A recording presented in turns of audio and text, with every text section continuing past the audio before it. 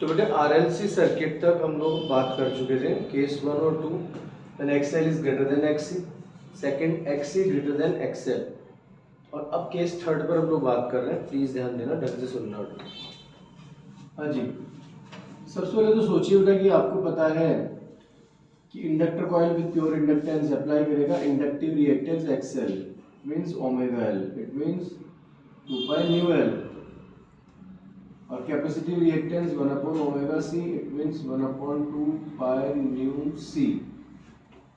अगर यहाँ बात करें तो XL directly proportional to frequency, मानते हो इस बात को? ये एक्स्ट्रा मैटर एक बार लिख ले, XL directly proportional to frequency और XC inversely proportional to frequency. दिमाग में है चीजें, पोटेंशियल नहीं, ओके।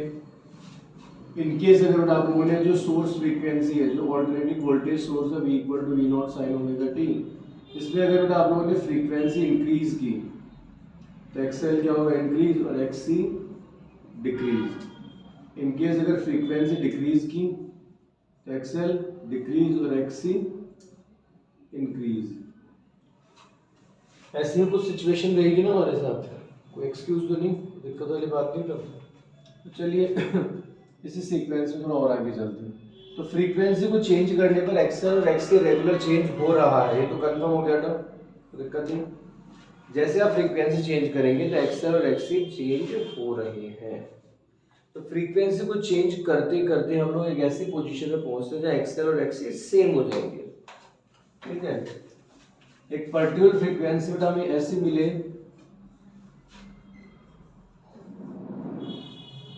जहां पर एक्सएल और एक्सी कैसे हो जाए? सेम हो जाएगा।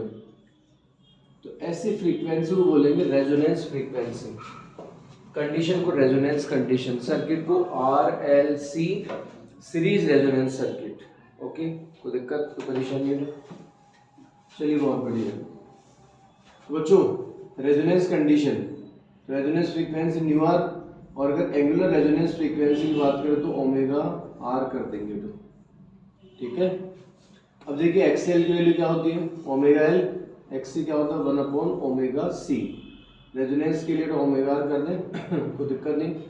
Then omega R square that is equal to 1 upon L C, okay. कि बेटा आपके क्या बोलता है, कंपटीशन लेवल में क्वेश्चन आ चुका है एकदम, हालांकि काफ़ी टाइम पहले आया था। कैलकुलेट यूनिट और dimension of 1 upon L C. तो बच्चा नॉर्मली क्या होता है, पहले L coefficient of self induction की यूनिट लिखेगा, फिर बाद में सी कैपेसिटेंस की यूनिट लिखेगा, तब जाकर कहीं वो निकालेगा। जबकि आपके पास से भी इसका हिंट आपके पास होगा 1 upon L C that is omega R square, और ओमेगा आर की जो यूनिट है वो क्या रहेगी? Radian per second. Omega R square तो radian square upon second square, directly अपना आंसर यूज कर सकते हैं। इसी कंडीशन में ओमेगा आर कितना हो जाएगा बच्चों? 1 upon under root L C. ये एंगुलर रेजोनेंस फ्रीक्वेंसी की वैल्यू है। अब तुम्हें अच्छे से पता है बेटा कि ओमेगा कितना होता है? 2 पाई न्यू होता है। तो रेजोनेंस के लिए बेटा 2 पाई न्यू आर, और ओमेगा आर की वैल्यू क्या है? 1 अपॉन रूट एल सी। तो बेटा रेजोनेंस फ्रीक्वेंसी कितनी आ जाएगी? 1 upon 2 pi under root L C. तो बच्चों ध्यान रखना, अगर 1 upon 2 pi root L C की यूनिट अपने से पूछता तो अपन क्या बोलते हैं? 1 अपॉन सेकेंड, या फिर सेकेंड इनवर्स, या फिर हर्ट्ज, ये फ्रीक्वेंसी है। और ओमेगा ही पूछेगा तो रेडियन पर सेकंड, थोड़ा ध्यान रखना बेटा, गड़बड़ मत कर जाना, ठीक है ना? हाँ जी, तो ये रेजोनेंस फ्रीक्वेंसी पर हम लोगों ने फोकस किया। आगे बढ़ते हैं। अब देखिए रेजोनेंस की कंडीशन में एक्सएल और एक्सी सेम है, तो आप खुद सोचिए रिजल्टेंट रिएक्टेंस, सर्किट का रिजल्टेंट रिएक्टेंस कितना होगा? या तो एक्सएल माइनस एक्सी, और या फिर एक्सी माइनस एक्सएल, यही होगा ना? क्योंकि आपने बेटा फर्स्ट केस और सेकंड केस में देखा है, तो एक्सएल ग्रेटर है या फिर एक्सी ग्रेटर है, तो रिजल्टेंट रिएक्टेंस क्या पड़ा? या तो एल माइनस सी या सी माइनस एल। अब रेजोनेंस की कंडीशन में क्या होगा? तो रेजोनेंस कंडीशन में एक्सएल एक्सी सेम है, ठीक है। एट रेजोनेंस तो एक्सएल एक्सी सेम है बेटा, तो रिजल्टेंट रिएक्टेंस क्या हो गया? 0, याद रखिए, ओके। इसी कंडीशन में अगर इम्पीडेंस की बात करें, इम्पीडेंस, तो इम्पीडेंस Z कितना होता है? Root R square, plus X square. X के लिए कुछ भी हो सकती है, L minus C, C minus L. तो रेजोनेंस कंडीशन में एक्स कितना है, 0। तो रेजोनेंस कंडीशन जेड कैसा हो जाएगा, minimum, that is equal to R, resistance only. बताइए कोई दिक्कत, कोई परेशानी? आप देख सकते हैं इलेक्ट्रिक करंट पर अगर हम लोग बात करें, ध्यान से सुनना अच्छे से, ऑल्टरनेटिंग करंट, तो I is equal to V by Z, ये बेसिक रिलेशन है। बताइए, I is equal to V by Z. अब अगर रेजोनेंस कंडीशन है तो जेड कैसा है, मिनिमम, तो करंट कैसा हो जाएगा बच्चों, मैक्सिमम। ध्यान रखना, I max is equal to V upon Z minimum. तो इस सिचुएशन में जेड मिनिमम कितना हो गया, ओनली आर। बताइए वो दिक्कत है क्या?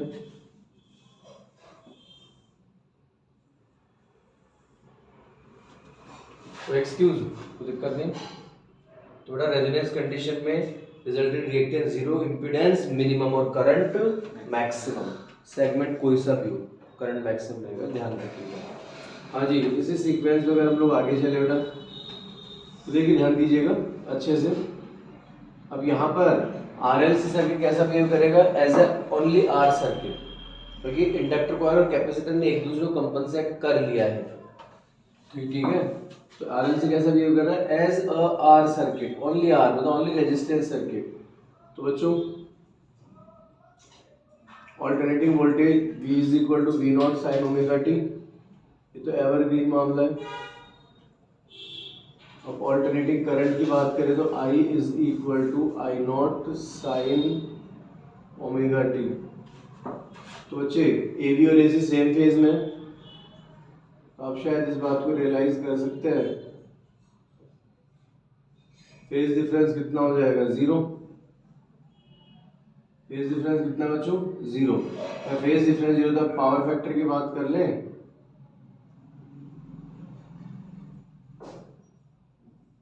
तो पावर फैक्टर कितना होता है, cos फाइव। फाइव 0 तो cos 0 प्लस 1 हो गया क्या बच्चों, मैक्सिमम। एवरेज पावर कंजप्शन की बात करें तो पी एवरेज कितना आ गया, 1/2 V naught I naught cos of five. Five 0 तो cos फाइव कितना हो गया, 1। तो पी एवरेज कितना रहा बेटा, 1/2 वी नॉट आई नॉट। इसे आप चाहे तो वी नॉट बाय √2 और आई नॉट बाय √2 करके V R M S into I R M S भी कर सकते हैं। तो एवरेज पावर कंजप्शन की मैक्सिमम वैल्यू आपके सामने है बेटे। बात समझ में आ रही है, और समस्या तो दिक्कत नहीं। तो ये सारे रिजल्ट्स हमें एक ही कंडीशन में मिलते हैं, और वो है रेजोनेंस कंडीशन। ध्यान रखिएगा, ठीक है, कोई दिक्कत कोई परेशानी नहीं हो। तो यहाँ पर एवरेज पावर कंजप्शन कितना है, मैक्सिमम है, ठीक है, कोई दिक्कत नहीं। इन केस अगर हम लोग ग्राफ पर बात करें, देखिएगा ध्यान से, प्योर रेजिस्टेंस क्या चाहता है, करंट और वोल्टेज एक साथ। इंडक्टर कॉइल वोल्टेज को 90 आगे, कैपेसिटर को वोल्टेज 90 पीछे। तो रिजल्टेंट जो वोल्टेज है V naught R L C, याद कीजिए वो ओनली वी नॉट आर के इक्वल हो जाएगा, ठीक है। फाई कितना रहेगा, 0। यही कंडीशन हम लोग बेटा आर एक्सएल एक्सी, तो Z minimum that is only equal to R, phi 0 है, ध्यान रखिएगा, ठीक है बेटे। रेजोनेंस कंडीशन जो आरएलसी सर्किट है उसको हम लोग बोलते हैं एक्सेप्टर सर्किट, याद रखना इस बात को। R L C circuit also behave like acceptor circuit, it can accept a particular frequency among many available frequency. अगर एक साथ बहुत सारे फ्रीक्वेंसीज अवेलेबल हो तो उसमें से कोई भी एक फ्रीक्वेंसी चूज करना, सेलेक्ट करना और उसे एक्सेप्ट करना, ठीक है। ये क्वालिटी किसकी होती है बच्चों, ये क्वालिटी होती है आरएलसी सर्किट की, याद रखिएगा। तो बच्चों आरएलसी सर्किट में अगर हम लोग बात करें तो इन रेजोनेंस कंडीशन, इन resonance condition RLC circuit also behave like acceptor circuit, याद रखिएगा इस बात को, ठीक है। एक्सेप्टर सर्किट भी कहते हैं। जैसे आपको आपका मोबाइल है, अब आसपास बहुत सारे रेडिएशन है, बहुत सारे फ्रीक्वेंसीज है, बहुत सारे मैसेजेस है, बहुत सारे कॉल्स है, लेकिन आपका मोबाइल एक पर्टिकुलर कॉल ही एक पर्टिकुलर वाइब्रेशन के साथ, एक पर्टिकुलर फ्रीक्वेंसी के साथ ही अटैच्ड है, तो वही थीम, वही सीक्वेंस वो एक्सेप्ट कर पाएगा, अदर कोई फ्रीक्वेंसी एक्सेप्ट नहीं कर पाएगा। ठीक है, रेजोनेंस कंडीशन। आपको बेटा जो टीवी सेट होता है, टीवी सेट में एक साथ बहुत सारे चैनल्स आ रहे होते हैं, तो ठीक है, आपने केबल अटैच किया, बहुत सारे चैनल्स आ रहे हैं, तो उसमें से कोई भी एक चैनल सेलेक्ट करना और उसी को डिस्प्ले कर पाना। आपका रेडियो सेट है, रेडियो सेट में एक साथ बहुत सारे FM रेडियो वगैरह बहुत सारे चैनल्स आ रहे हैं, एक पर्टिकुलर एक चैनल सेलेक्ट करना और उसी को डिस्प्ले, मतलब उसी को और वीडियो फॉर्म में, सॉरी ऑडियो फॉर्म में सुनाना। तो ये सारी कंडीशन जो होती है, सारी कंडीशन एक ही कॉन्सेप्ट पे बेस्ड है, वो है रेजोनेंस कंडीशन। ठीक है, कोई दिक्कत वाली बात नहीं है। तो रेजोनेंस कंडीशन में क्या होता है ना, बहुत सारी अवेलेबल फ्रीक्वेंसीज में से सिर्फ पर्टिकुलर फ्रीक्वेंसी को सेलेक्ट कर पाने की जो कैपेसिटी है, वो उस कैपेसिटी की वजह से RLC को क्या बोलते हैं, एक्सेप्टर सर्किट बोला जाता है। इस तरह के क्वेश्चन आपके एग्जाम में आ सकता है। आपको दे देगा एक RLC सर्किट है, उस RLC सर्किट में उसे हम लोग मतलब ट्रांसपॉन्डर की फॉर्म में यूज़ कर रहे हैं या ट्रांजिस्टर में यूज़ कर रहे हैं। ठीक है, तो एक पर्टिकुलर फ्रीक्वेंसी कौन से एक्सेप्ट कर पाएगा, कौन से रिलीज कर पाएगा, एक्सेट्रा, किससे ट्यून कर पाएगा, इस तरह के कभी भी क्वेश्चन आते हैं ना, ट्यूनेबल कंडीशन कौन सी होगी, तो ट्यूनेबल कंडीशन, ठीक है, एक्सेप्टर कंडीशन, इन सबका मीनिंग एक ही है। ठीक है, आपका टीवी सेट होता है, तो टीवी सेट में आप लोगों ने पर्टिकुलर कोई चैनल सेट किया तो वही चैनल दिखाई देगा और वही सुनाई देगा, जबकि उस समय जो अदर चैनल्स आ रहे हैं वो दिखाई नहीं देंगे, वो भी इसी कंडीशन की वजह से हो पाता है। ठीक है, कोई दिक्कत नहीं। तो ये है सिचुएशन। अब यहाँ पर क्या होता है कि इसमें एक और कॉन्सेप्ट काम करता है, वो होता है क्वालिटी फैक्टर। तो क्वालिटी फैक्टर बेसिकली क्या शो करता है, क्वालिटी फैक्टर बेसिकली शो करता है कि जब RLC सर्किट एक्सेप्टर का काम कर रहा है, एक्सेप्टर सर्किट की तरह बिहेव कर रहा है, बहुत सारे अवेलेबल फ्रीक्वेंसीज में से किसी एक पर्टिकुलर फ्रीक्वेंसी को एक्सेप्ट कर पा रहा है, उस समय जो अदर फ्रीक्वेंसीज हैं वो ओवरलैप्ड ना हो, एक बार में एक ही सिग्नल एक्सेप्ट हो। इसको इंश्योर करने के लिए हम लोग RLC सर्किट में क्या इंप्रूव करते हैं, क्वालिटी फैक्टर इंप्रूव करते हैं। ठीक है, इस पर हम लोग बात कर रहे हैं, ध्यान दीजिएगा, सुनिएगा। अच्छा, तो बच्चों अब हम लोग आगे बात कर रहे हैं रेजोनेंस कंडीशन में। देखिए प्लीज ध्यान दीजिए, हम लोग ग्राफ प्लॉट कर रहे हैं करंट और फ्रीक्वेंसी के बीच में। ठीक है, frequency of alternating voltage source और करंट इन सर्किट आई। ठीक है, तो आप देख सकते हो जब रेजोनेंस फ्रीक्वेंसी, तो रेजोनेंस फ्रीक्वेंसी पर क्या होगा बेटा, रेजोनेंस फ्रीक्वेंसी पर Z मिनिमम था और करंट मैक्सिमम था। आप देख सकते हैं करंट मैक्सिमम, पावर कंजप्शन भी मैक्सिमम है। ठीक है, रेजोनेंस फ्रीक्वेंसी पर, जबकि यहीं पर अगर y एक्सिस पर करंट की जगह Z ले ले हम लोग, इम्पीडेंस ले लें, x पर तो फ्रीक्वेंसी है, तो आप देख सकते हो बेटा इसका जस्ट रिवर्स ग्राफ बन रहा है। तो इसमें क्या होगा बेटा, रेजोनेंस फ्रीक्वेंसी में Z कैसा है, मिनिमम है, क्योंकि करंट कैसा है, मैक्सिमम है। ठीक है, जैसे आप रेजोनेंस फ्रीक्वेंसी डिफर होंगे, चाहे डिक्रीजिंग ऑर्डर में जाइए चाहे इंक्रीजिंग ऑर्डर में जाइए। ठीक है, new is greater then newer. In case अगर आप लोग ग्रेटर फ्रीक्वेंसी की तरफ जाते हैं, ठीक है, frequency is greater then resonance frequency, तो इस कैटेगरी में क्या हो जाएगा बेटा, इस कैटेगरी में XL is greater than XC होगा, it means omega L is greater than 1/ओमेगा C। डन। तो ये RLC सर्किट का फर्स्ट केस बन जाएगा। तो आप देख सकते हैं ना, अगर रेजोनेंस फ्रीक्वेंसी से हायर फ्रीक्वेंसी मोड की तरफ आप जाते हैं, तो इस सिचुएशन में क्या होगा ना, XL XF सेम नहीं है, तो इसका मतलब Z मिनिमम नहीं है, तो करंट मैक्सिमम भी नहीं होगा। तो ना जैसे आप रेजोनेंस फ्रीक्वेंसी से अपर फ्रीक्वेंसी में जाएंगे तो करंट रिड्यूस हो रहा है, जबकि Z इंक्रीज हो रहा है। ठीक है, इसी कंडीशन में new is less then resonance frequency. In case अगर आप रेजोनेंस फ्रीक्वेंसी से लोअर फ्रीक्वेंसी पार्ट की तरफ जाएंगे, तो इस कंडीशन में क्या होगा बेटा, इस कंडीशन में XL is less than XC, it means omega L is less than 1/ओमेगा C। फिर से कंडीशन वही है, XL XC सेम नहीं है, और सेम नहीं है तो इस कंडीशन में क्या हो जाएगा बेटा, Z मिनिमम नहीं होगा तो करंट मैक्सिमम भी नहीं होगा, तो करंट यहाँ भी डिक्रीज हो रहा है और Z इंक्रीज हो रहा है। बातें समझ में आ रही, कोई दिक्कत, कोई टेंशन नहीं, ध्यान रखिएगा भाई। यहीं पर अगर हम लोग बात करें तो बच्चों कॉन्सेप्ट बनता है हाफ पावर फ्रीक्वेंसीज। ध्यान से सुनना अच्छे से प्लीज। कंडीशन पर नोटिस करना था, ध्यान देना। हाँ बेटे, तो अब देखिए ध्यान दीजिएगा, हाफ पावर फ्रीक्वेंसीज पर हम लोग बात कर रहे हैं।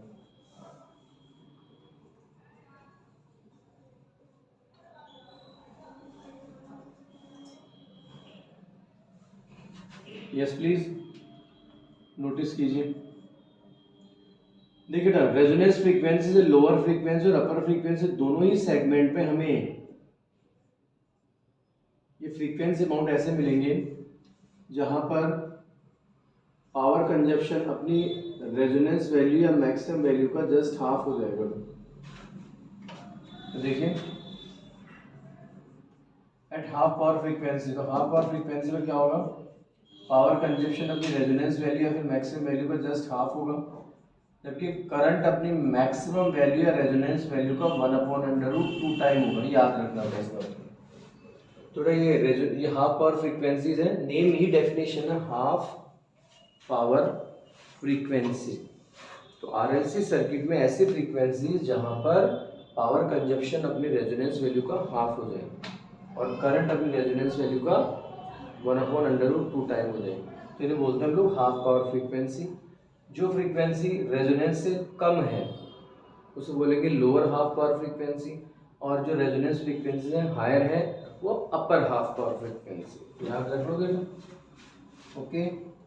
ये हो जाएगी लोअर हाफ पावर फ्रीक्वेंसी, ये हो जाएगी बेटा अपर हाफ पावर फ्रीक्वेंसी। याद रखेंगे, कोई दिक्कत नहीं। और बच्चों अपर हाफ पावर फ्रीक्वेंसी और लोअर हाफ पावर फ्रीक्वेंसी में जो डिफरेंस होगा उसे क्या कहेंगे ना, उसे बोलेंगे हम लोग बैंड विड्थ। ध्यान रखिएगा, delta nu. Upper half power frequency और लोअर हाफ पावर फ्रीक्वेंसी में जो डिफरेंस होगा उसे क्या बोलेंगे बच्चों लोग, बैंड विड्थ। ध्यान रखना, ठीक है। Upper half power frequency resonance से ज़्यादा है, तो जब भी रेजोनेंस हम लोग ज़्यादा रहेंगे ना रेजोनेंस फ्रीक्वेंसी से, तो यहाँ पर क्या रहेगा, XL is greater then एक्ससी। Lower half power frequency resonance से छोटी है, रेजोनेंस से छोटी कैटेगरी में क्या होगा, एक्सएल इज लोअर देन एक्ससी। ध्यान रखना, ओके ओके बेटा। इस सिचुएशन में इंडक्टर कॉइल ज़्यादा इफेक्टिव है, RLC circuit just behave like RL circuit. इसमें कैपेसिटर ज़्यादा इफेक्टिव है, तो RLC circuit just behave like RC circuit. ध्यान रखना, ये सब कॉमन चीज़ें हैं बच्चों। चलिए आइए ध्यान दीजिए। अब अगर हम लोग बैंडविड्थ की बात करें बेटा, तो बैंडविड्थ का फॉर्मूला 1/2 पाई R/L। याद रखिएगा बेटा, बैंडविड्थ का फॉर्मूला क्या होता है बेटा, 1/2 पाई R/L। डेल्टा न्यू को हम लोग क्या लिखेंगे, न्यू2 माइनस न्यू1। याद रखिए, इसमें अगर एंगुलर बैंडविड्थ हो गया, अगर एंगुलर बैंडविड्थ डेल्टा ओमेगा की बात हो तो ये ओनली R/L की इक्वल आ जाएगा, 2 पाई ऊपर शिफ्ट हो जाएगा। याद रखना इस बात को, ठीक है। This is bandwidth and this is angular bandwidth. याद रख लेंगे, एक्सक्यूज, कोई दिक्कत नहीं था। चलिए बहुत ही बढ़िया। देन क्वालिटी फैक्टर, इसे हम लोग क्यू फैक्टर भी बोलते हैं। अब क्वालिटी फैक्टर का मीनिंग क्या है? Quality factor shows sharpness of resonance. Quality factor क्या शो, क्या है, ये शो कर रहा है quality factor. Quality factor basically क्या शो करता है, शार्पनेस ऑफ रेजोनेंस। याद रखेंगे शार्पनेस ऑफ रेजोनेंस। इसको मैं एक बार एक डायग्राम से और रिप्रेजेंट कर देता हूँ तुम्हें, ध्यान से सुनना अच्छे से।